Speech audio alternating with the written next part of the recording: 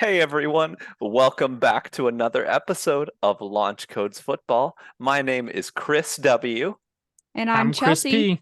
Hey, Wow, that look was at my that. turn. We all are just talking over each other, and I think it honestly makes for a better listening experience.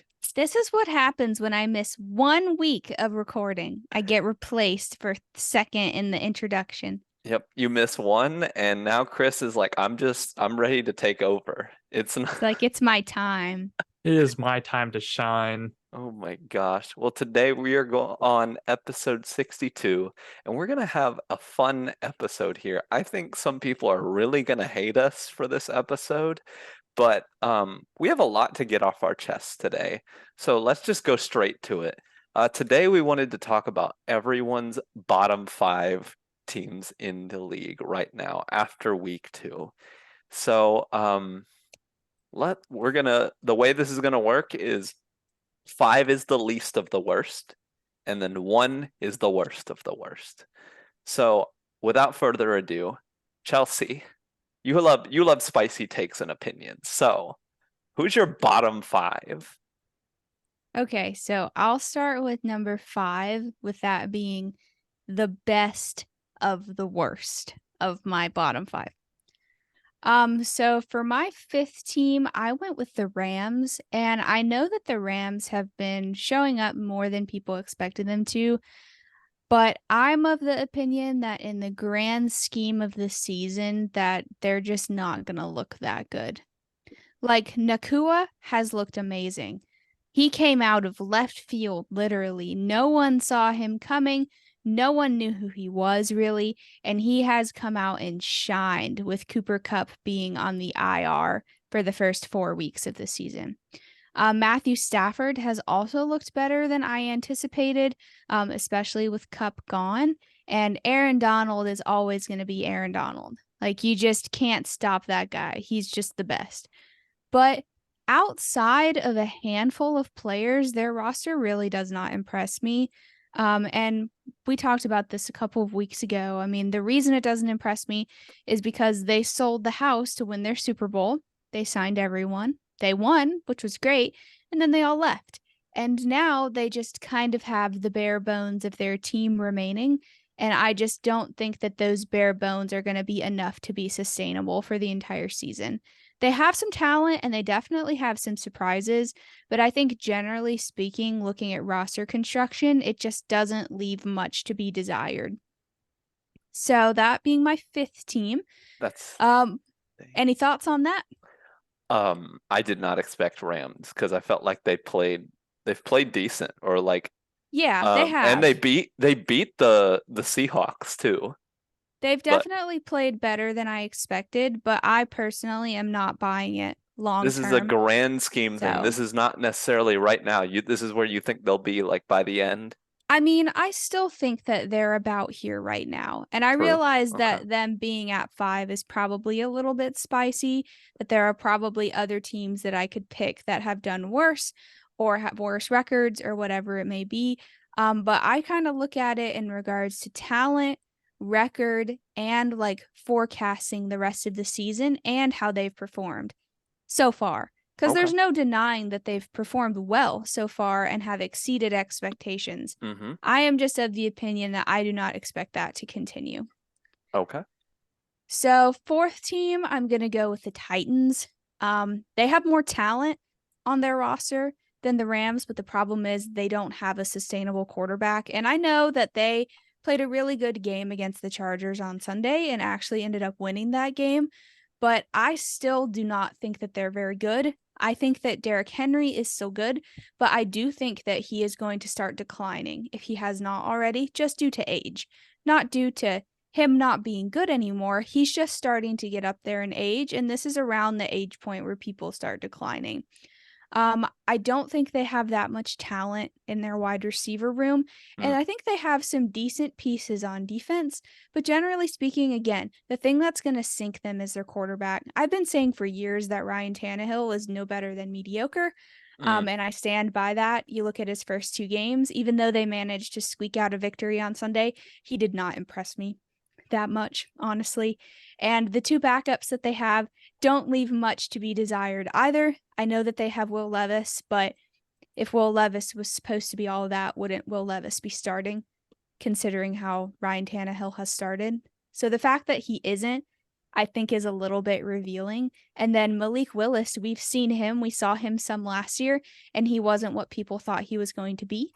To be fair, I don't think he's gotten a fair chance. He hasn't had a whole season to go out there and perform and audition, but he did get some games. So they just don't really impress me that much. I do think their roster is better than the Rams, but even their win against the Chargers, I think that was more of the Chargers blowing it than the Titans winning it. The Titans should not have won that game. Any thoughts on that? I can see it, honestly. So not really from me. Chris, you. I mean,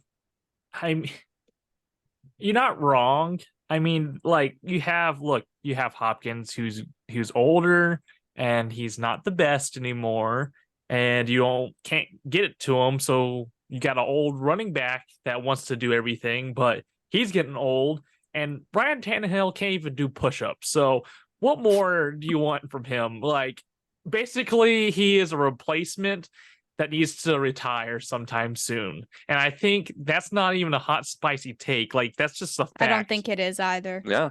It's agree. just, and I think, and Titan fans, you might hate me on this, but I think the coach is also, in a way, like, incompetent. Like, I literally watched Tannehill throw 3 picks, and still, he's like, still be out there. Leaves him in. At least give them a chance. Give these rookies a chance. Like, you're not giving them any chances to learn, to develop. Yes, that's the concept of, okay, you're behind a good experience. Well, not good, an experienced quarterback, right? But the thing is, how are they going to learn when they're not on the field? You know, Bryce Young, he's racking up experiences, understands how the game is going. So you have to understand, these people need experience, a little bit of experience at a time. Like Joe Burrow had that sort of experience too. So be able to throw them out there for maybe 1 or 2 plays is great, but leaving Tannehill, who's not your future and is not really giving much, I think they're going to be either here or lower. Now, I would agree with that. I think based on how Tannehill played against the Chargers, and just in the first game as well, I think that there was justifiable reason for him to get pulled out of the game.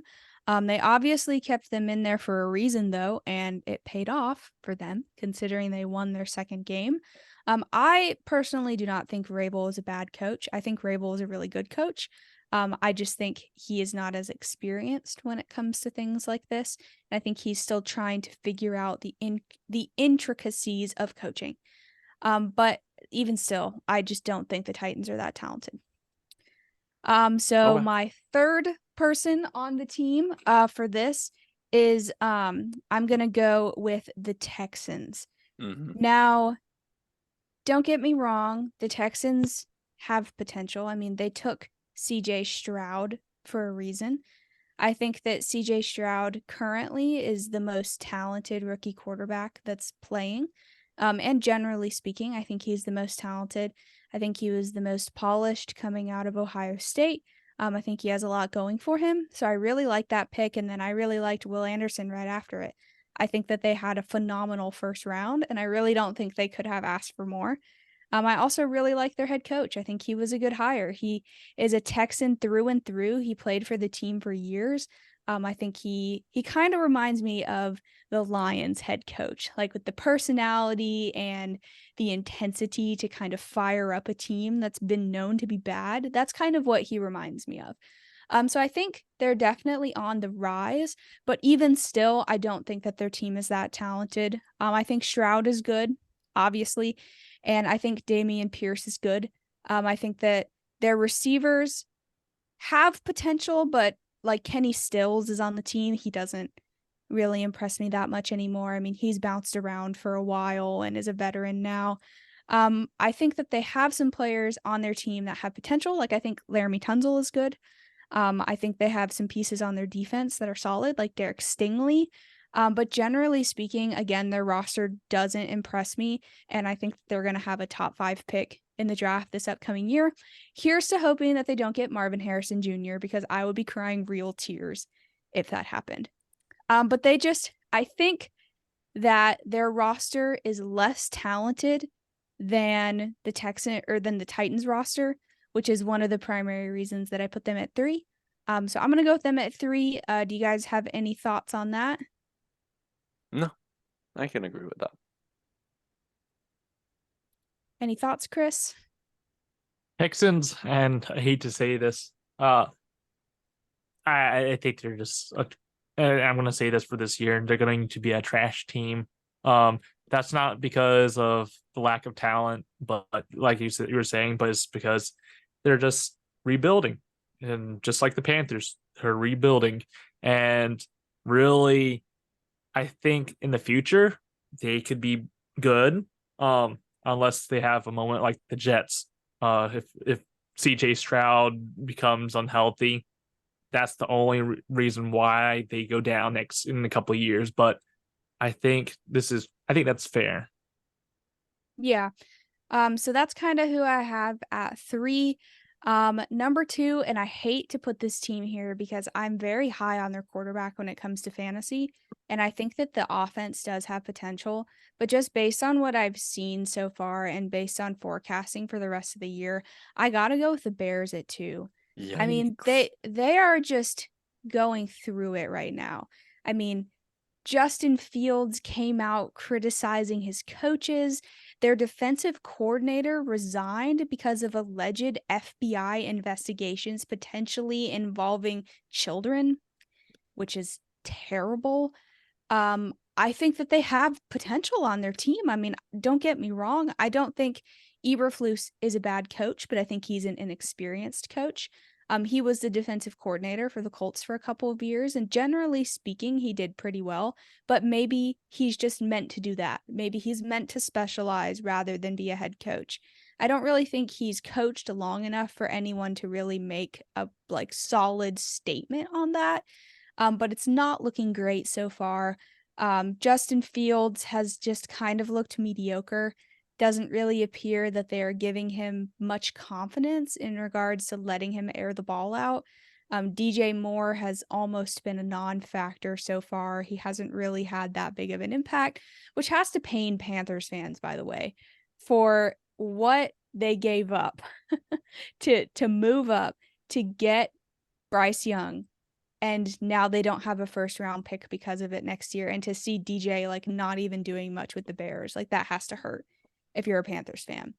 But I do think that they have talent, but I think at the end of the day they're just the Bears and they need a culture change, and it doesn't feel like to me that that culture change is coming anytime soon considering what just happened with their coaching staff. I don't think you could ask for a worse headline during the week than that. I mean, you really can't get much worse than that. So I do still have hope in Justin Fields from a fantasy perspective this year. I think that DJ Moore is going to come out eventually and start performing. And I think that the Bears just need to find their rhythm. I don't think that they will be a good team per se. I don't think they'll make the playoffs. I don't think they'll win their division, but I think they could get 6 wins once they get rolling. And I think that Justin Fields is going to be a big contributor to that. But until that point comes, they just are not impressing me. And I hate to say that because I was really high on Justin Fields in fantasy before the season started. But just based on what I've seen, it's just not looking too great right now. Any thoughts on that? I have a lot to say about the Bears later, so I'll wait for that. Okay. Chris, anything? He took my line. Well, okay. Well, if you guys have well... thoughts, just hold it so you can debate Wiles on his thoughts, because I want to hear that for myself, because I don't have any thoughts. I just gave my thoughts. So I want to hear all the spicy thoughts later in relation to the Panthers. So with that being said, I'll move on to my worst team. And honestly, I really don't think that this should come as much of a surprise to anyone. Shockingly, I am the only one of the 3 of us who chose this team as the worst team, which surprises me. But my worst team in the league as of now is the Cardinals. I mean, yes, they haven't had a coach fired because of an FBI investigation, but they don't have a quarterback. And when their quarterback plays, he's shockingly mediocre, which is definitely not what you want to see for where he was drafted. They traded away one of their best pieces on defense in Isaiah Simmons for literally nothing. I mean, they have James Conner on offense, and he's good.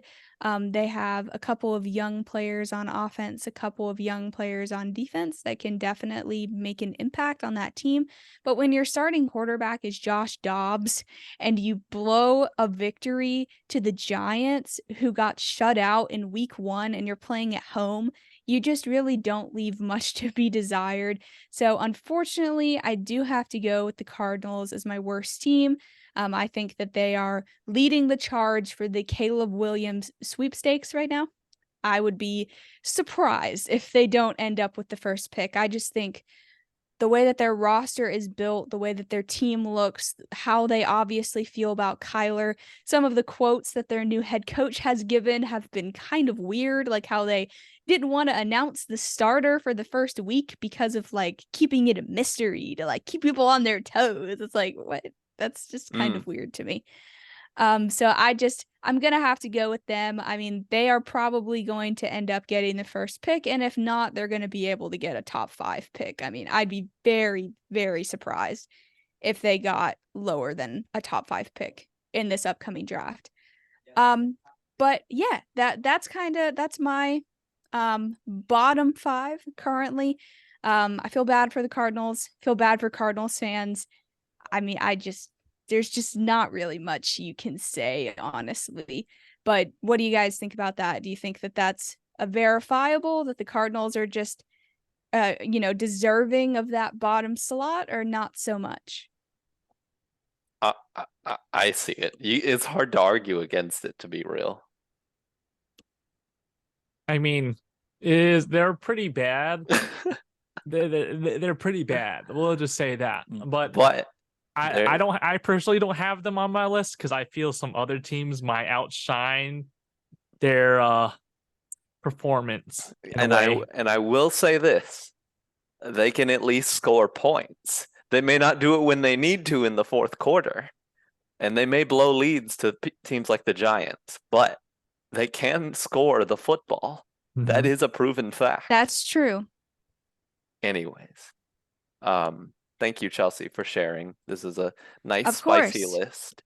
I think that there are spicier upcoming than mine. So why don't we go ahead and continue on to Chris P's list? Why don't you go ahead, Chris?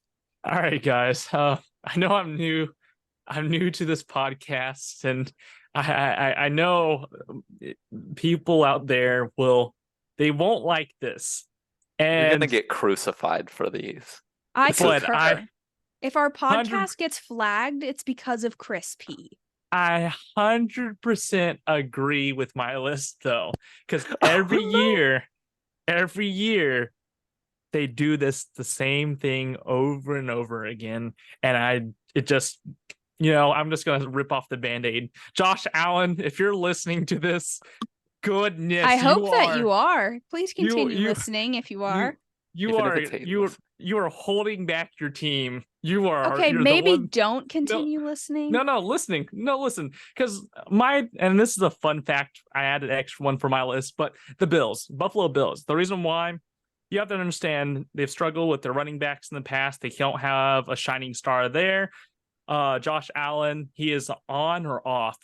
He will give you 4 interceptions or he'll give you 4 touchdowns, and it's just like, what's up, dude? You've been in this league for a while. You're not a rookie. Come on now. And just to say this, but you've been to the playoffs and you lose in the playoffs and you don't really do very much near the end when it's prime time, and they are number 6 as of right now on my worst teams, which they will be at the bottom. If not, they'll make it to a wild card, get to the playoffs, and then choke yet again. And then they're going to be called the worst team. And then Josh Allen is going to have to reevaluate and says, it's my fault yet again every single year, but we'll move on. So if you're listening, Stefon Diggs, go to a team that will play you and actually use you all the time and get you a ring. You need to get a ring sometime, man. So I will actually agree with part of that. I think that they do flop in the playoffs. Yep. I mean, ever since they've picked up Josh Allen, they've flopped in the playoffs. I don't think that you would find any reasonable and sensible fan, except maybe Bills fans, who would say that they haven't. Like with Josh Allen being, quote unquote, arguably a top 5 quarterback, that shouldn't happen. They should at least be able to win one game. I understand not being able to win the Super Bowl because you have to play back-to-back games against the best teams in the league. However, though, you should be able to at least win 1 or 2 games and get somewhere consistently, especially with the team that they have. So the fact that they don't, I think, is reason for concern. So I do agree with you, Chris. If we were to do a bottom 5 power rankings for the AFC for the playoffs, I would probably have the Bills in that top 5 team because they just have shown that they can't do it. Yeah, my sort of season that they're gonna have 11 losses and 7 wins. That's what 7 I have. and All right. 11. I don't know if I buy that, but Because Wait, you mean look at their you mean schedule. 7 You have and to- 10? You have to look at their schedule. They're playing Washington. They'll probably win that. Then they're playing Miami. They'll lose to that. You have Tua, who's throwing it. You have Jacksonville coming up. Trevor Lawrence, he's proven himself. He has his offense. Cal really can get his feet in the touchdown zone. Blowout. New York, yeah, sure they'll win. New England, okay. You have to admit they'll their beat New defense- England. They're terrible. but their defense will shock Josh Allen. I mean, he lost to the New York Jets, and don't get me Okay, wrong, that the is Jets. true. You have That's to, but Zach Wilson's throwing the ball. What can you do? You're getting the ball back. You're like, all right, guys, we're coming in there, and I'm going to throw another pick. 3 interceptions. Come on now. And then literally you have Tampa Bay, Baker Mayfield, Mike Evans, Chris Godwin. You have those dudes, Rashad White. They're literally Baker has been playing better than anyone expected. True. Exactly. And then you have a great defense. And then you have Cincinnati Bengals, who, yes, right now they're struggling. Yes, Jamar Chase is struggling. And Joe Burrow, he's going through some injuries right now. Yes, it's going to be shaky. But this is this is in the middle of the season. So that's going to be an L for them. Denver, yeah, they'll beat them. New York, yet again. It's going to be They're a close not game. going to beat them twice. It's going to be a close game, but you have to remember, if Josh Allen refuses to go down, I'm just saying, if I was a middle linebacker, I'm going to teach him a lesson. He's going to be on his back, I'll tell you that. And then we have Philadelphia. Okay, Philly they will fans, lose to true. Philadelphia. They're going to lose. Yes. And then right Yes. around the corner, Kansas City, they're going to lose. Oh, They do have a hard schedule. Dallas, you're going to lose. Los Angeles, Herbert's going to kill you at the end. And then you have New England, which is like we'll win with the field goal near the end. And then boom, right at the end, Miami. Like, what more can you say? So yes, it is a 7-11 issue. We are going for 7 wins, 11 losses. you mean I won't see you in the wait, playoffs. 7 and 10, right? Sorry, Because it's 7 a and 10. My 17 bad. game season. No. Okay. I sorry. changed it with the Jets, maybe. Wow. Bruh. That is bold. I mean, I am not a proprietor of Josh Allen being a top 3 quarterback, but I'm not that far. No, that's I 100% agree to that season and what they're going to do for this year. Okay, That's just- listener, you're listening to this and you're probably thinking to yourself, this is crazy. Let's circle back to this at the end of the season and see if Chris was right. Because based on their schedule, they do have a hard schedule. No one is True. going to argue that. And those divisional games, even against the Jets and the Patriots, who aren't that good, are always hard. Divisional games are hard to win, and very rarely do you sweep a team during the season. So it is very probable that they lose at least 1 to the Patriots and potentially a second to the Jets. So it's definitely not impossible, but let's circle back up at the end of the season. We will save this clip and post it, and we will see if Chris was right or not. Personally, I hope that he is, because that would just be mega entertaining. So let's just hope he's right. Okay. We're moving on. Here's my top 5 right here. And right below the Bills. Oh man, I can't wait for this. Cowboys fans, if you're out there, y'all are going in for a rude awakening. I'm just gonna say that. Okay, don't get me wrong. Dax Dax hasn't done anything bad right now. Dak hasn't done anything too bad right now. But you have to admit, Dak every year at the end of the year he throws the game. He throws the game, and it's been shown every single year. He does have a he's track there? record. Exactly. And why is he there? Why is he there? His defense is helping him. His defense is absolutely there. And just right in, ding, ding, ding, we got Trevon Diggs, who has a reported ACL tear. We have Micah Parsons still ready and available, which he should have gone to the Panthers, by the way. But that being said, We'll get into that later. that being said, the Cowboys is number 5 on my list. I'll see you at the bottom of the playoffs. I'll see you lose in the playoffs, or I'll see you not make it to the playoffs, but Cowboys fans, because just because they're doing well right now doesn't mean near the end of the year. And don't get me wrong, last year y'all said that the same way. I just remember good old Dak Prescott decides to hand the ball off to his player so that they can go again. And what happened? He shouldn't have done that. Just saying. All right. What do you think, Chris? You're shaking your head. Chelsea, y'all are shaking your heads right now. But it's just, you have to admit there's honesty and there is just the truth behind that. Because just like Josh Allen, the Cowboys have struggled at the end of their season. Yep. And if not by injuries, they will lose by the hands of Dak Prescott. So I'm not shaking my head because I necessarily disagree with some of the things that you're saying. Like, Dak Prescott has a history of losing. Dak Prescott has a history of not being clutch in big moments, just like Josh Allen. So I don't disagree with that. And I think that Trevon Diggs going down is a huge blow to their team. I mean, I don't think anyone's going to deny that. They're a very talented team, but without Diggs, their secondary definitely takes a hit. And it's not even to say that I even think that they'll make the playoffs, because again, recent history would tell us that they won't and that they'll blow it like always. That's just the meme, right? But I can't get behind them being a bottom 5 team in this moment. I mean, in the first game, they were absolutely dominant. And in the second game, they played relatively well. Now, don't get me wrong. I think that they could be bottom 10 by the end of the season based on how it goes. But I can't put them that low right now, especially after their showing in the first week. They do that every year. No, I don't disagree that they do it every year. But I'm saying, based on that, I can't put them that low now. Now, in 10 weeks, ask me. I might be able to. But as of this moment, based on current performance and some other factors, I just can't put them that low right now. I do agree at the fact. I mean, I think it's funny to have them on a bottom 5 list, which I just think is amazing. But I gotta say, I do agree to some extent that sometimes they look amazing, right? Like, even points early in the year, it doesn't matter how you look, in my opinion. Yeah, you can blow out teams 40-0, but ultimately the beginning of the year doesn't really matter as far as how you're looking, as long as you're winning the games.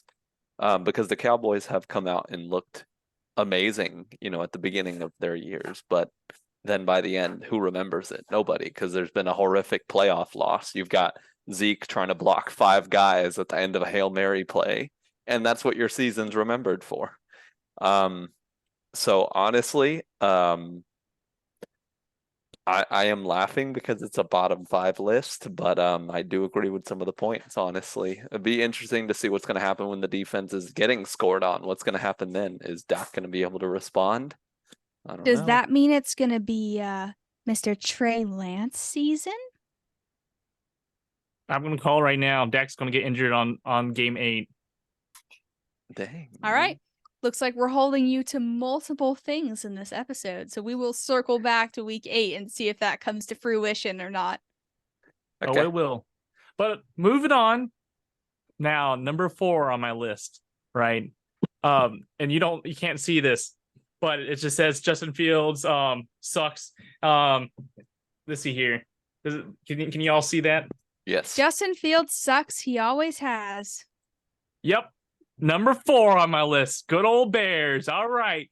So Bears fans, you've always had some sort of hope, right?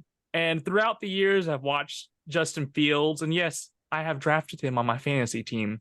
And every year, every time I draft him, and I didn't draft him this year, but every time I draft him, he always seems to disappoint me. And then watching his game film and watching the decisions he does and throws, I'm just saying he is not your dude. He needs to calm down and let him just pass and learn how to do that.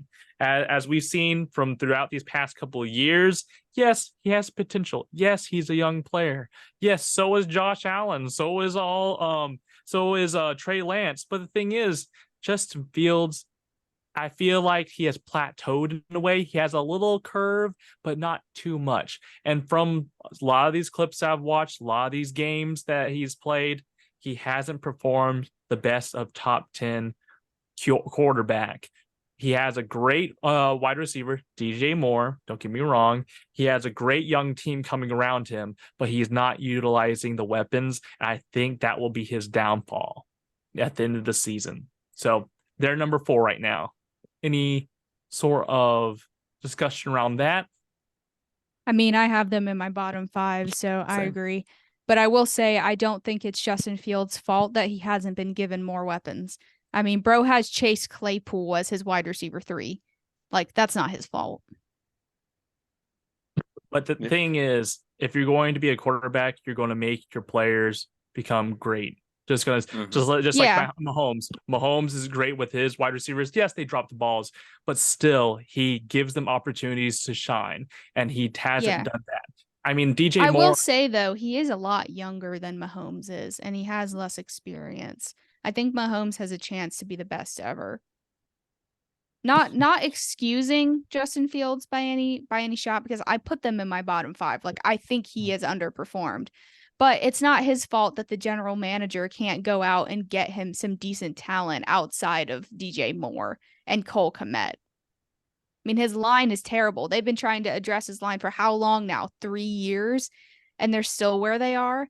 I mean, I don't think that that's Justin Fields' fault per se. He's the one that leads the team, does he not? He's the one that leads the offense, but he can't play every position.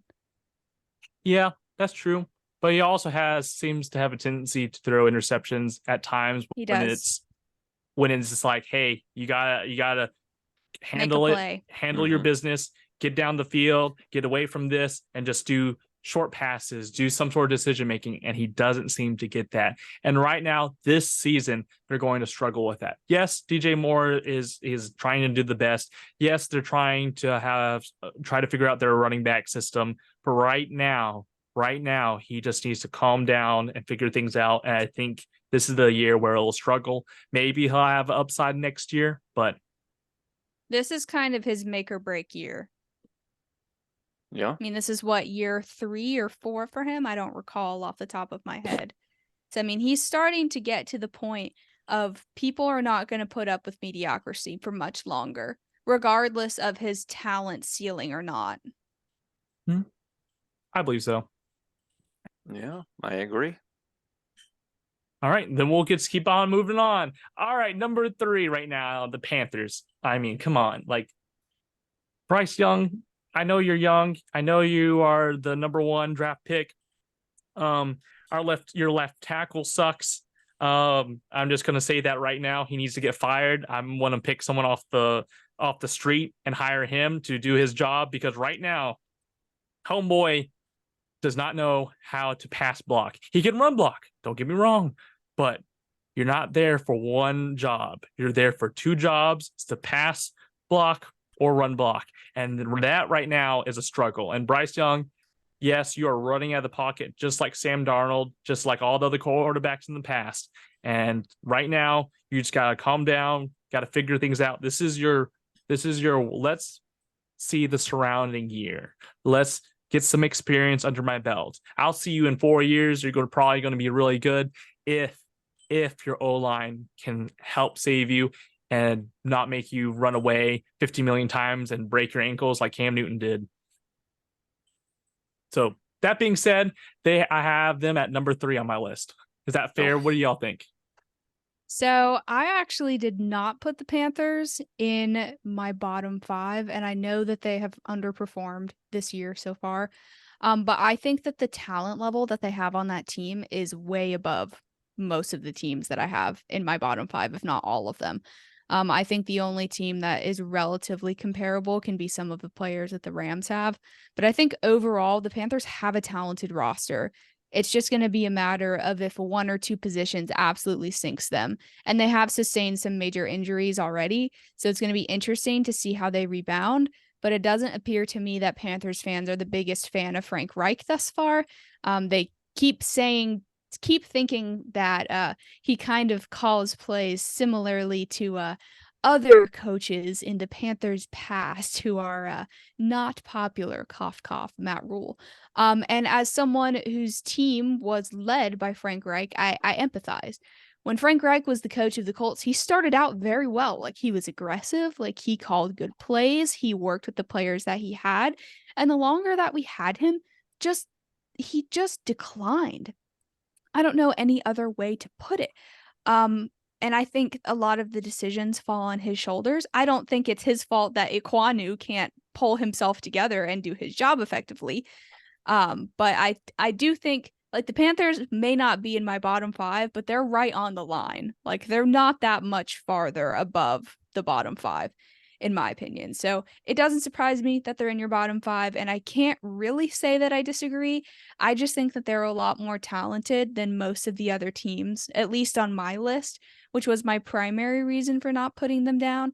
And they have Bryce Young, who I know hasn't looked fantastic yet, but he's on a growing and emerging team in a brand new system under a brand new coach, and he's a rookie. So I think you have to show him a little bit of grace at least. But Ekwonu, I show no grace. He was supposed to be one of the best left tackles. And the fact that he can't come out and do a third of his job effectively for a rookie quarterback is honestly ridiculous. And if I were a Panthers fan, that would infuriate me, as I have seen it infuriate many Panthers fans thus far. So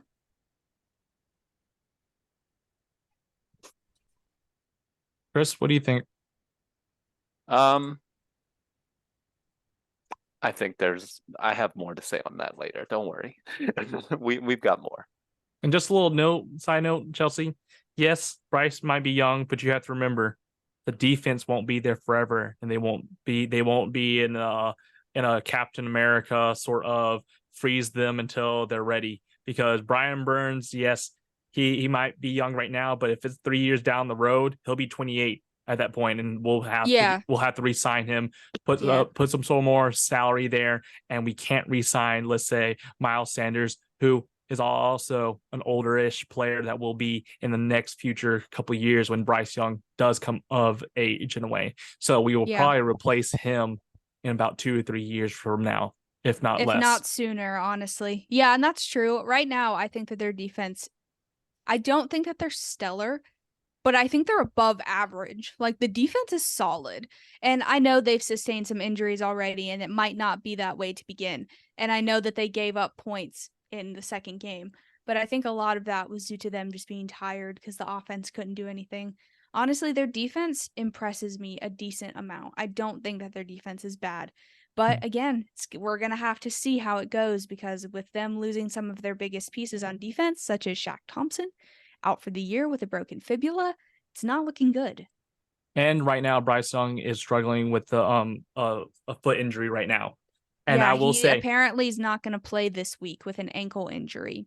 And with it's Red Rider time, baby. That being said, it's also scary because in the future, if he has to keep running away like this, it's just another Matt Corral moment. I'll say goodbye to his career.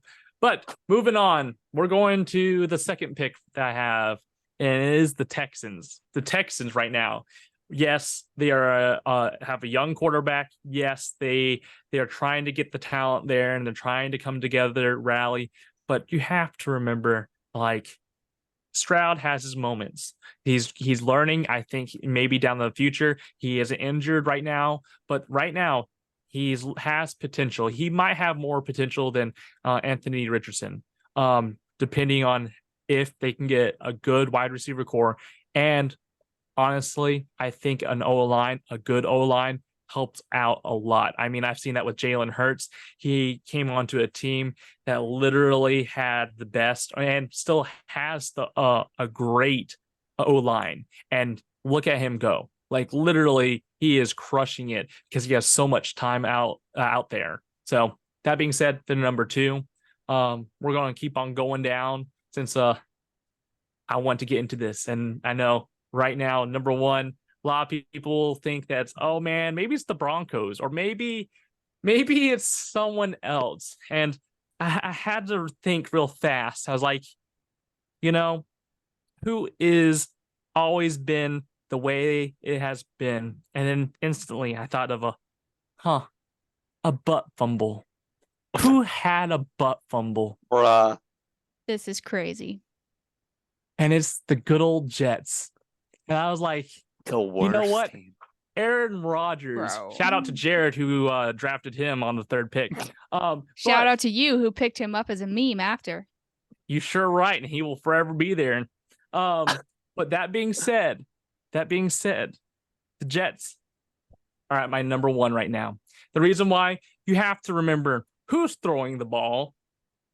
Good old Zach Wilson, BYU. Oh man, he's the man for the job, the man for the mission, and throwing picks. And in great fashion, he did just that. And don't get me wrong, yes, they won their first game on the first night. Ooh, but you have to also remember, Zach Wilson is notorious for interceptions, not at the start of the year, but at the end of the year too. And so, yes, they have a great team. Garrett Wilson, you have Breece Hall, you have Dalvin Cook, and don't get me wrong, they're a good team, but you have to remember at the core itself, a great team needs a good core. And the core stabilizes everything, and their core is sure on weak. Yes, your defense might be able to hold on, and yes, your offense might be good, but if you have a bad quarterback that can't throw it to you, and they like to throw it to the other corners, I'll see you at the bottom of the league. So that being said, those are my top 6 on my list. So First of all, that I don't disagree about Zach Wilson. I think that Zach Wilson is probably going to play bad. I don't think he's spent enough time under Aaron Rodgers to actually make significant improvements to become a great quarterback on this team. So I agree in regards to Zach Wilson. I do not agree with them being the worst team in the league. I think the most reasonable argument that you can make for the Jets is that they're in the middle right now. Like maybe late teens for the latest. Like, I don't think that they're in the 20s. I think that there are 12 teams that are worse than the Jets. I can't justify the Jets at 1 just because Zach Wilson is their quarterback. The rest of their team is just too talented, and they have too much of a good coaching staff to justify that. Now, I think Zach Wilson is bad. Don't get me wrong. I think they'll lose a lot of games, but as of this moment, their roster is much better than at least a third of the teams in the league. Oh, man, you said number 1. Number 1, the worst. I think that just makes it better.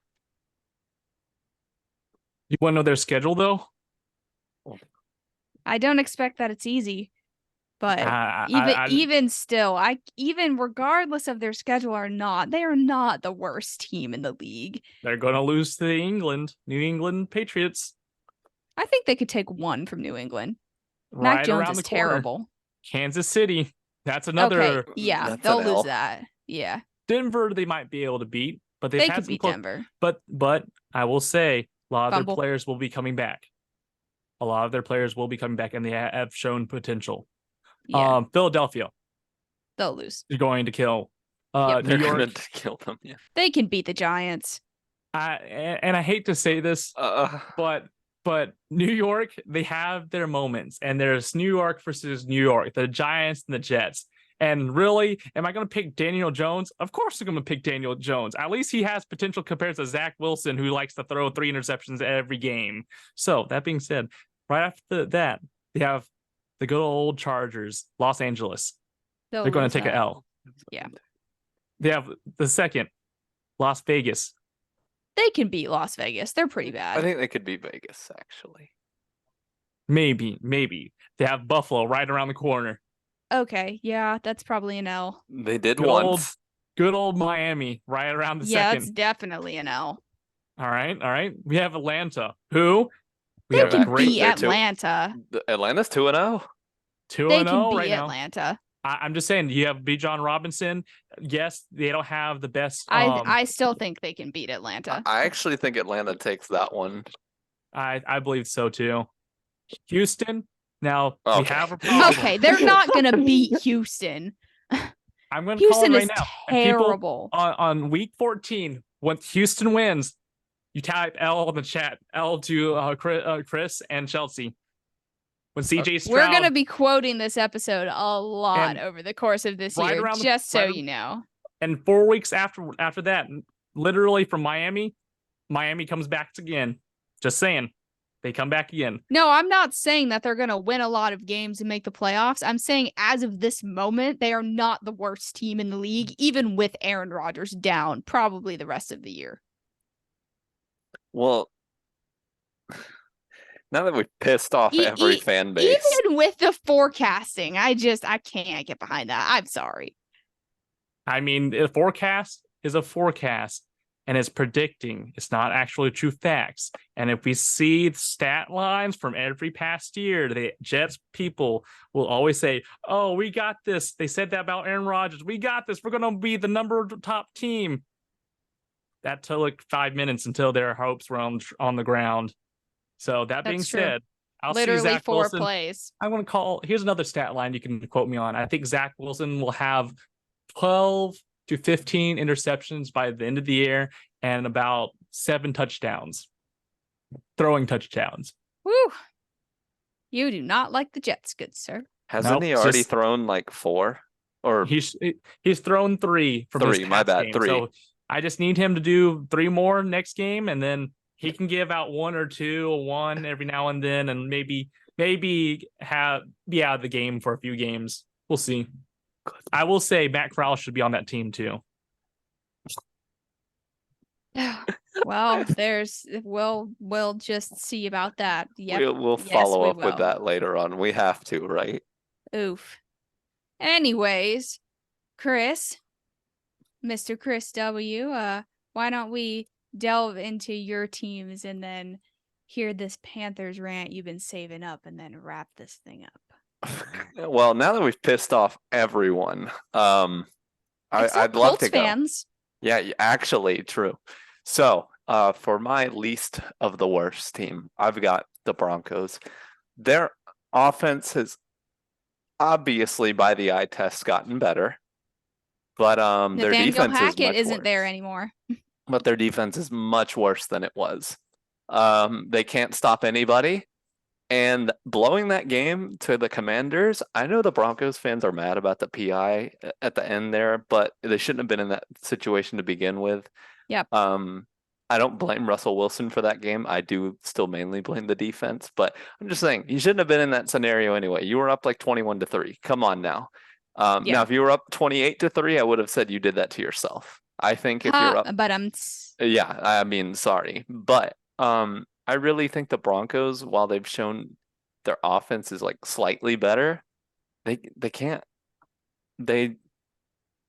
stop anybody. They can't get the stops when they need to, and they're still bad. They're just not good. I think they're cursed. After winning the Super Bowl with Peyton at the end, there in 2016, yeah, they've been cursed ever since, I think.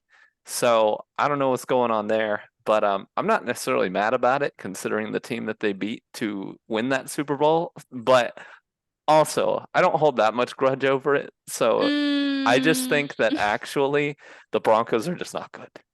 They could get better. I think there's a you're chance not a they get better. Sean Payton believer? Oh, maybe that's part of it. Sean Payton is a great coach. Don't get me wrong, but but this team, if they can't play defense, they can't play defense, and there's nothing you can do about that. So that's who I think. But they're the least of the worst. So there you go. Got that going for him. I have the number 4, the Texans, because actually CJ Stroud doesn't look that bad so far. He just has 0 help. So I have them as slightly above these other teams who, in my opinion, are more disappointing. We've talked a lot about the Texans, so I'll move on. But I think CJ Stroud actually looks impressive. And if they can just get him a line that, where he doesn't die, they have a chance with him in the future. Number 3, I have the Bears. The Bears are so disappointing. The Bears. The Bears have talked so much crap, or all the Bears fans have talked so much crap this year, especially to their division rivals, mainly the Packers. I'm not even a Packers fan, but I know about this stuff. And for those of you who do not know, Packers and Bears fans absolutely hate each other with an absolute passion. So there is nothing more that the Green Bay fans right now are enjoying than not only beating the Bears like thoroughly in week 1 in their home field, but watching them struggle in week 2 against the Tampa team that everyone said was going to be awful at the beginning of this year. Justin Fields looks terrible right now. He looks shook. He looks like he has no idea what he's doing. And then he's over here calling also the coaching stuff static, or playing like he's a robot. Now, I do know there's been some recent drama. I'm not sure about everything going on there, so I don't want to really comment on it, but it does sound like there's a lot going on within the coaching staff and the team. So that could be part of it. When there's drama like that, things happen. But I really think that, honestly, he has the weapons to do it. I don't think he has an excuse this year. And the passes that he actually threw to DJ Moore had like 100+ receiving yards last week. When he actually gets him the football, DJ catches it and does work with it. That's what Bears fans were really hoping for. But so far, Justin, I mean, that pick 6 to Shaq Barrett, that was terrible. You didn't even need to throw that. Yes, it might have been a terrible play call, and I think it was. I don't know why you run that on 1st and 10 near your own basically goal line, but they did, and it wasn't going to work, but he threw it. Ultimately, he threw it. So I think that Fields is he done? No, but man, he really doesn't have an excuse to be bad this year, especially the improvement that he showed at the end of his second year last year. So then, all right. And then the Cardinals for me are the second worst team in the league. Now I know they're without Kyler. I know that. But even with him, they weren't good last year. They haven't been good for a very long time. And even that last time that they made the playoffs, they looked terrible by the end. Honestly, especially blowing that game to the Giants. How do you lose that game, man? To the Giants, who barely have an offense. Their offense is run Daniel Jones and run Saquon. And even that Not anymore with Yeah. Saquon out. Exactly. And then you injured Saquon. So all it was run with Daniel Jones, blow wide open coverage in the backfield. I'm like, how did they lose that game? You held them scoreless for a whole half. You should win. I don't get it, man. Arizona's gonna Arizona. The New York teams may be bad, but the Arizona team will always be worse. So, guys, that's kind of my 5 through 2. How do we feel so far? Does it look normal? Does it? I think it's reasonable. Okay. Still missing the Cowboys and Bills down there, but it's okay. I know, my bad, Chris. I'll make sure to put them in the negatives. No, I'll show you Oh, at the and end the of the season. Jets. Don't forget about the Jets. Oh yeah, them too, of course. Now let's get to what we've all been waiting for, good sir. I don't know if I've been waiting for this. All right, I'm just going to be straight with it here. I have the Panthers as the actual worst team in the league. Now, some people, if you're watching the YouTube video, you can see the crying Jordan Panther. If you can't, it is what I explained it. So just imagine that. And if you really want to know what it looks like, watch our video. Watch the YouTube, please. Give us likes, subscribe, all of it. But look, the reason I have the Panthers as the absolute worst team in the league is their offense has looked abysmal. Not quite as abysmal as week 1 Giants, but man, it's looked so bad. They're 0-2, losing badly, in my opinion, to the Saints. I know the end score didn't look bad, but the truth is that touchdown at the end, the Saints were just playing prevent and kind of they got exactly what they wanted. They ran time off the clock and then recovered the onside kick. The Saints, people are like, oh, but Bryce, he led a good drive down the field. I'm like, yeah, but they decided to start playing prevent. This team, I don't think it's all on Bryce. I'll be real. I am not of the camp that says he's a bust yet, because you can't call someone a bust after 2 games. But he has not looked great. He looks good sometimes, but other times he's throwing places that I don't understand. There's all types of things being said about him, like his, the fact that, oh, he played in the SEC. Well, and as his coach said today, the SEC is not the NFL. And yes, the SEC, you face a lot of very tough opponents, but you don't face NFL opponents like you do in the actual NFL. And Bryce Young is learning that hard right now. He has, in my opinion, no receivers right now. Like, I'll straight say that. DJ Chark, Adam Thielen, and Jonathan Mingo have really done nothing so far. They've done absolutely zero. Miles Sanders, in my opinion, is a downgrade from what they had last year, because they had Deontay Foreman, Chuba Hubbard, and Raheem Blackshear basically just running the ball each, and running it 30 times a game. And while it was a very one-dimensional offense, by the end of the year, it actually led them to a positive record after losing Matt Rule and a chance at the playoffs. So the run game looked good in week 1, but even then, we had Miles Sanders fumbling the ball.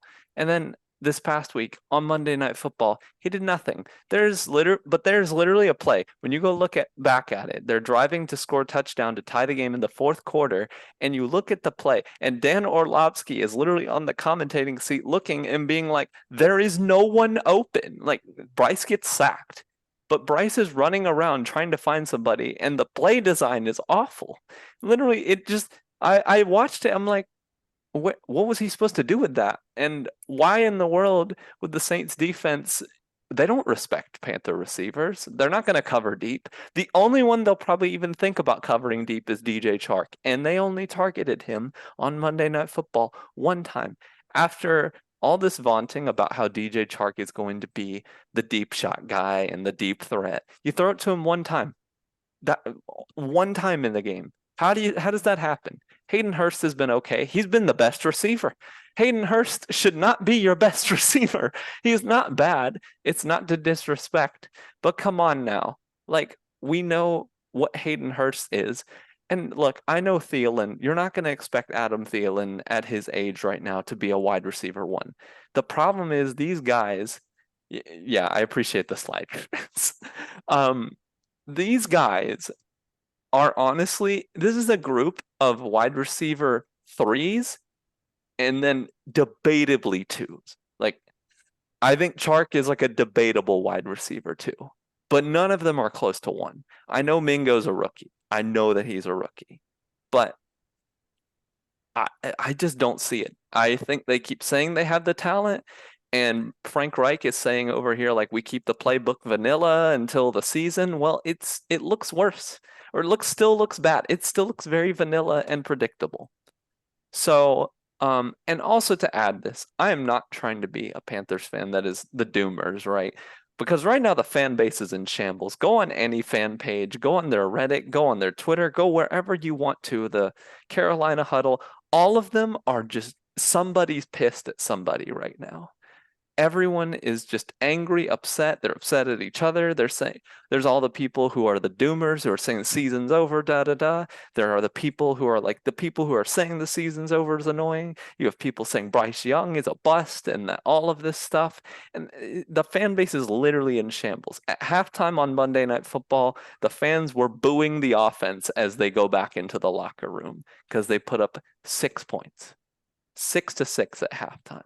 So I'm saying all this to say that I don't know if the season is necessarily over, but I want to also throw you guys a statistic. Of the teams that start 0-2 in the NFL, all time historically, only 31 teams out of 270, I think it was like 278, have made the playoffs after starting 0-2. That is a solid 11.48% chance of making the playoffs after starting 0-2. It's not to say your season's completely over. In fact, the Panthers were one of those teams in 2013 to start 0-2 and then make the playoffs. They got bounced in the first round, but they did make the playoffs. It is doable, but one, it only happens to like one team when it does happen in a year, and two, 11.48% is not good, and that is almost signaling, in my opinion, your season is over if you can't make the playoffs. And that's a solid what, like 88% chance basically that your season's over. And right now, with Andy Dalton starting against Seattle, I don't know.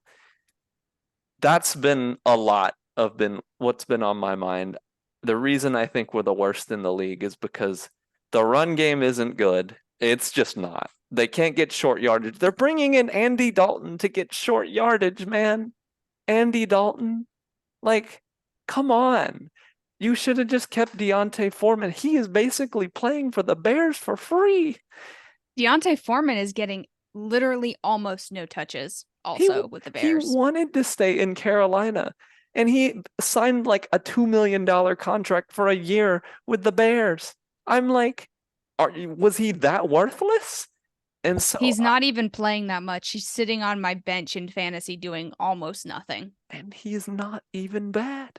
When he came in for Carolina after they got rid of Rule because Steve Wilkes actually started running him again, like in his first few games, he dropped like a touchdown against Tampa and like 100+ rushing yards. And then the next game in Atlanta has 3 touchdowns. I'm like, what are you doing? Why do you not keep him at least for short yardage? I don't get it. And then getting Miles Sanders, he is not a bad player, but they kind of want him to be that McCaffrey type, but also Eagles got rid of him and upgraded in DeAndre Swift. And so I don't know. I'm not sold on this offense. The defense looks good enough, and we'll see. But they're injured to bits everywhere. And so I don't see it going uphill from here. This year's going to be pretty bad in my opinion, so that's why I think we're the worst team. All right, there's my thoughts. I don't know what you guys think. I know we talked about it already, but I'm sick of it, man. The fans actually want to be relevant in the league. Charlotte, they want to be relevant in any sport. Well, I guess they're decent in soccer, but and like hockey. Well, no, they're not decent that's at Raleigh. soccer. Their soccer is bad, but their hockey is good. That's Raleigh, though. That's Raleigh. There's a curse in Charlotte, even by the way. still. So, I can't. I just can't. Looking at all this, anyways, you guys, if you have anything more to add, please. I will preface with right now the Colts pick of Anthony Richardson is not looking half bad. I do not think that he is more polished than Bryce Young right now. I think Bryce Young came into the league a better player than Richardson, but I think one is outperforming expectations and I think one is underperforming expectations, and I think the one underperforming is Bryce Young. I think of a lot of it is not his fault. I think him being a rookie and having a new coaching staff and being on a new team and learning the league and having an O-line that plays pretty mediocre a lot of the time. I think those are all contributing factors. But at the end of the day, he went first overall for a reason. Like, he didn't go first overall because he was mid. He went first overall because he was supposed to be the best. And I still think that he has a chance to be the best. I don't think it's over right now. But the Panthers, if you're a Panthers fan, you've got to be down bad right now because it's just not looking good. And especially with J.C. Horn going down, with Shaq Thompson going down, with Bryce Young being hurt this week, with Miles Sanders underperforming. There's just a lot that's going bad for this Panthers team right now. And honestly, I don't really know how much there is to look forward to. I mean, you could look forward to Jonathan Mingo's, breakout into the league. I think that he has a chance to be really good. I mean, he was really good at Ole Miss. So I think that he has a chance to be solid. But at the end of the day, I mean, it's not like he's Jamar Chase. He's not going to come into the league and drop 1,200 yards. In his first season. He's not going to come into the league and become a bona fide wide receiver 1 that draws double coverage every game. That's just not his style, and that's not the kind of player he is, and that's not the kind of team the Panthers are. I think that there are definitely things to look forward to, and I think that there are upsides, but it's just not looking great right now for the Panthers. And I honestly don't know how much hope you can have for your season and your offseason because you don't have a first round pick because you traded it away for Bryce, who's currently underperforming. I'm of the opinion, the only way that you're going to get that first round pick back, they're not going to trade Bryce. They traded up for him. They're not going to trade him, right? The only way you're going to get first round picks back is by trading Brian Burns. That's the only way. That's the only player on the team that would warrant multiple first round picks. And we already know they're not going to trade him, but they haven't paid him either. So it's like either trade him, get 2 firsts and fix your team, or pay him, recognize he's one of the best edge rushers in the league, and move on and just suck it up and deal with the cap hit. Like, you can't just exist in this middle ground where you're just like wishy-washy. That's not going to get you anywhere. It's just going to keep you in the rut of mediocrity, which, as my husband always says, he's like, we have been mediocre for 10 years. We're not good enough to make it to the playoffs and do anything significant. And we're not bad enough to get top picks to fix our team. We just exist in this horrible middle ground where nothing ever changes. Mm-hmm. And I'm like, and I can't relate to that as much because I went from Peyton Manning to Andrew Luck, and those were the glory days as a Colts fan. Then we had 5 years of bridge quarterbacks and veterans, so that's about as close as I can get, I suppose. But now we're back in the glory days, or supposedly with a rookie quarterback that looks pretty promising. Like, I don't have a lot of experience with just existing in mediocrity, but I would rather be extraordinarily bad, knowing I'm going to be extraordinarily bad, than be mediocre and just not be able to fix anything. Yeah. Chris, what do you think? Panthers, what can I say? I mean, I'll live here and cheer for the Panthers if they can get a win, but I mean, I've told one of my coworkers like they're going to lose, but if they win, that's a plus. Like that, I'd be surprised. It's like finding candy that you never knew you had, right? Or $20. But that being said, a lot of these quarterbacks that are shining, they have great O-line. You have to remember these quarterbacks are Jalen Hurts to Patrick Mahomes. I mean, we criticize Daniel Jones all the time and say, oh, he sucks. But look at his O-line. He has 2 seconds to get back. Bryce Young, he still has that. He by the time they hike the ball, he's being crowded. His O-line is basically on top of him at that point. And I'm going to say this. The general manager needs to get fired. They need to fire the front office and scrap it and basically say, hey, this is a new era. I mean, you gave McCaffrey away for free. You gave him a swift kick to the butt and said, hey, I know you love being here, but go to a team that's injured. Mm-hmm. And because you're injury prone, right? Right. And our commissioner of our fantasy league, he always says the Panthers can't do anything with mid-round picks. Our first round picks end up good, generally speaking. But once you get past the second and the third round, they don't even ever in those work rounds, out. It's just mediocre. And you look at the historicity of that over the last 10 years, and honestly, he's got a point. Mm-hmm. That all defensive draft that Matt Rule did a few years ago, Derek Brown and Jeremy Chin are the only 2 that have worked out. All the rest are gone. Or they haven't worked out. Well, you have Horn now. Remember that. You do have. No, that Jason wasn't the Horn. all defensive draft, but yes, no. But it's back-to-back years of let's draft some good defense because defense definitely wins games, right? They do, but they do until they do, not to the degree you're insinuating, but they do. And I kind of in a way kind of agree with Chelsea, with Brian Burns. I'm going to tell it straight to his face, homeboy. If they give you money to stay there, tell them no. Just shake your head because you're going to stay here to die. And then by the time you're 28, 3 years later down the road, Bryce Young might do well, right? But the thing is, there's going to be a lot of change, and I will say this: a lot of drafts need to get a good O-line, a good wide receivers, and that's going to take time. And I'm going to say it right now, Brian Burns, you have a limited time for you to be prime time.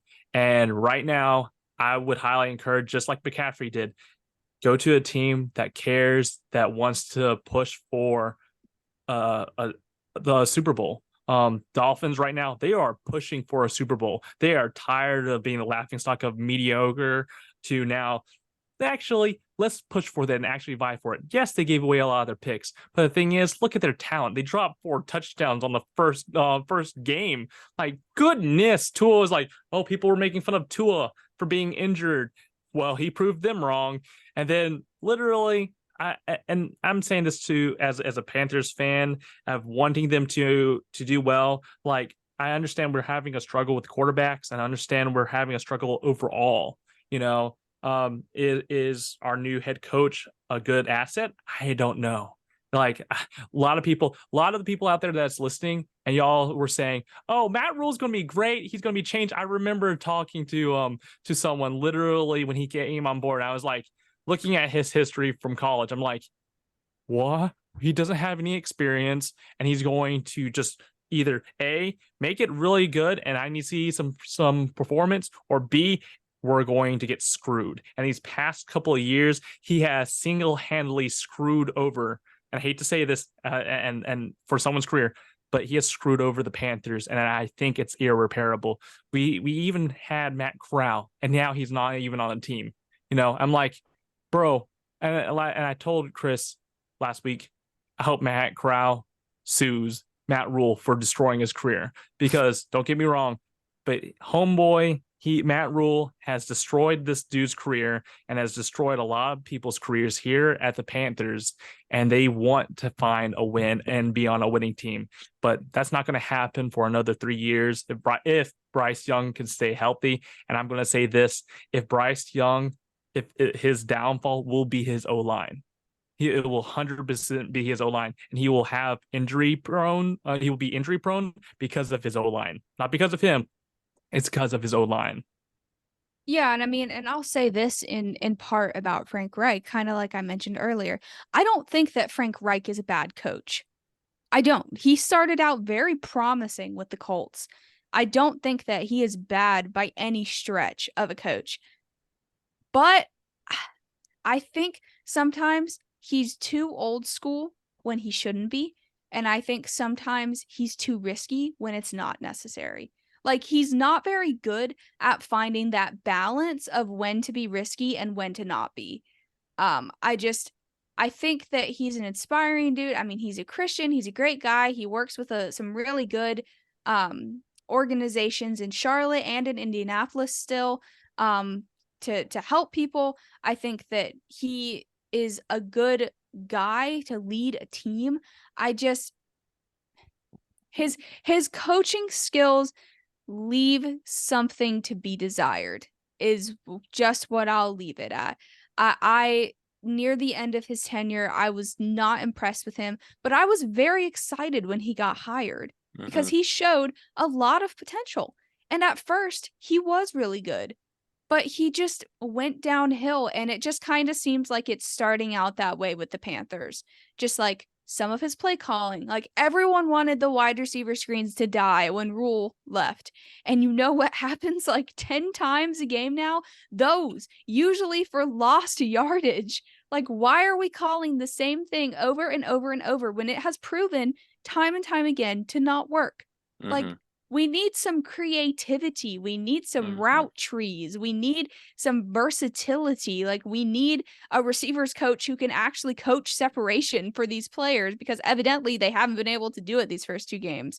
I think that the Panthers have a lot of talent on their team, but I don't think that Frank Reich is doing them any favors. And I don't know if that's going to be enough to overcome not only the injuries to keep players on the team already, but just the unfortunate play of the offensive line. I think I agree with both of you that it's going to be the downfall of this team, because I am a fan of a team that has had a bad offensive line for most of my life. Peyton Manning era, we had Jeff Saturday. And our left tackle was not bad. Anthony Costanzo, he was not bad. Everyone else was garbage. Peyton Manning would have had multiple Super Bowls if he would have had an O-line that was somewhat competent. Andrew Luck probably would still be playing on this team if we had an O-line that actually knew what they were doing. Last year was a bad year. This year, we're back to being good again, which is great because we need that with a rookie quarterback. So I empathize with Panthers fans who are sick and tired of having a mediocre O-line because the second best player in the league, one of the reasons that he did not have at least 2 more Super Bowls was because of his offensive line. So I empathize. I do. I think that that's one of the most important parts of the team. And I think it's absolutely necessary. And I think it can 100% be a downfall of a team because they do it all. They do blindside blocking. They do pass blocking. They do run blocking. With a bad line, you can't do anything. Mm-hmm. And here's another fun fact. Yes, Frank Reich was let go by the Colts. Like, don't get me wrong. He was just let go. But this past year, when we were trying to sign the head coach, you know who was available at that time and wanted to be a head coach somewhere? And then does his name start with Steve? It's Bieniemy. He plays he's now the Bieniemy? offensive Okay. coordinator for the Washington Commanders. And don't get me wrong, but the Washington Commanders are 2-0. They are really nice on offense. And don't get me wrong, but we pick a dude that the Colts let go, and the Chiefs offensive coordinator is literally showing, hey, I'm coming off of a great year. We just won the Super Bowl. I want to prove myself. Right? If I was the Panthers GM and was like, you know, he has had a great past couple of years with the Chiefs. He had a great coach as Andy Reid, who Andy Reid also coached the Jaguars head coach right now. I'm forgetting his name right now, but he coached him. He did. He's having a great year too, a great team, a young team, and Bieniemy literally did not get signed as a head coach. Like, I hate to say this as a Panthers fan and wanting them to really do well, but what are you doing? Like, you have a great offensive coordinator that could be a potential head coach and has shown success, and you say, nah, let's pick someone that used to be a head coach at somewhere at the Colts and hope for the best. This is another thing. The GM needs to get fired because he is putting hope on old band-aids, and it could be the owner. The owner could be like, hey, I like older this young coach, Matt Rule, coming in from college, and then kicked him out and says, all right, let's go back to the old stuff. Let's go back to the good old run and gun. And it's not panning out. And it's just like, I wish Bieniemy was the head coach for the Panthers. That would be a great electrifying offensive push. And that's what we need. And right now, it's a more of a defensive push, and maybe the offense will get there. So that being said. And I mean, and in reference to what I said earlier, I think that there was even an argument to hire Steve Wilks. Steve Wilks was the interim coach. He thrived there. The players loved him. The offense looked arguably the best it had all year. And they let him go when he already had experience with the team and was a veteran and had coached before. And yeah, it hadn't gone so well the last time when he was with, I believe, the Cardinals is who it was. But he wanted to be there, and they got rid of him too. Like, obviously, I would have rather had Bieniemy over him. Not to, dash him. But Bieniemy, I think, is arguably one of the best offensive minds in the game. And I think that he's making that evident going from a Chiefs team that was the best in the league to a Commanders team that's been rooted in mediocrity, just like the Panthers, and turning Sam Howell into something that looks moderately desirable. Like, if he can turn Sam Howell into something that's moderately desirable and pretty good, imagine what he could have done with Bryce Young. Yeah. It's just, I empathize with the frustrations. I do. And just as a FYI, Bieniemy will be up for contract in 2 years. So, Panthers, if Frank Reich does some bad things these next 2 years, we have a potential head coach. That's a good point. It's something to keep worth note of. And for so I sure. don't know where they'll go, where this coaching staff will go, but we're all very interested. I think we're all going to have to come back to this episode definitely near the There's end a of the lot of season and predictions see. in here Yeah, for there was a sure. lot. So, but anyways, you guys, thanks so much for listening. So, Chelsea, do you want to go ahead and get us out of here? Yeah, for sure. So thanks for listening, guys. Tune back in next week for more content. In the meantime, follow us on Twitter at LaunchCodesFB and on Instagram, Facebook, TikTok, and YouTube at LaunchCodesFootball. I'm Chelsea. And I'm Chris W. And I'm Chris P. And we will see you next week. Later. Bye.